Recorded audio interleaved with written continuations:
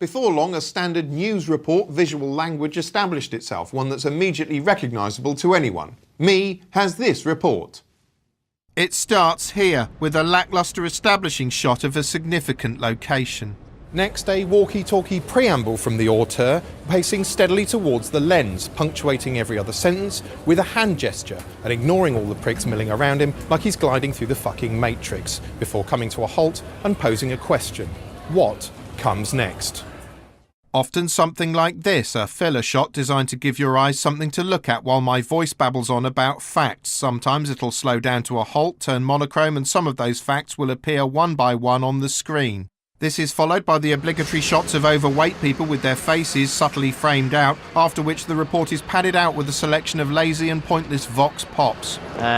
Usually get some inane chatter from people. I think they do have too much. I think what we want to hear is actually what's happening and not what other people think of it. I hate these sound bites. I don't want some punter's opinion usually.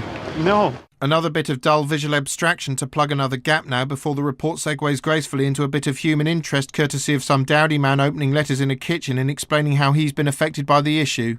When I'm watching the news, I don't really, there's a person talking to me, telling me what's going on, and I don't really listen to what they're saying. It's just news. It's just news.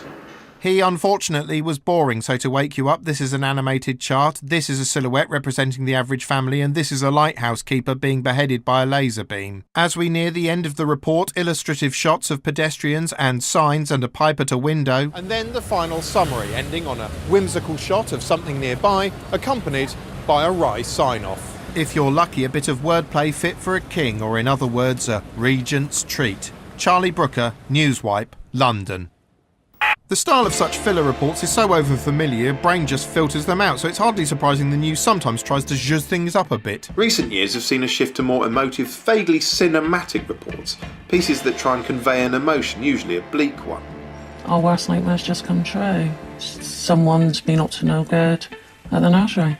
But reporters are reporters, not movie directors, which means the tricks they employ, the use of crappy emotive shots and evocative monochrome, sinister reconstructions and shitty moody lighting, is the stuff of terrible films. The predator would strike at night. Only then would he launch his attack, shining his torch in the face of his elderly victims. The end result is that visually emotive reports actually provoke the precise opposite reaction to the one I assume they're intending. Sit me in front of a report about abused children full of cliched shots of discarded teddies and haunting swings, and I don't think boo-hoo, I think what a cheesy B-movie.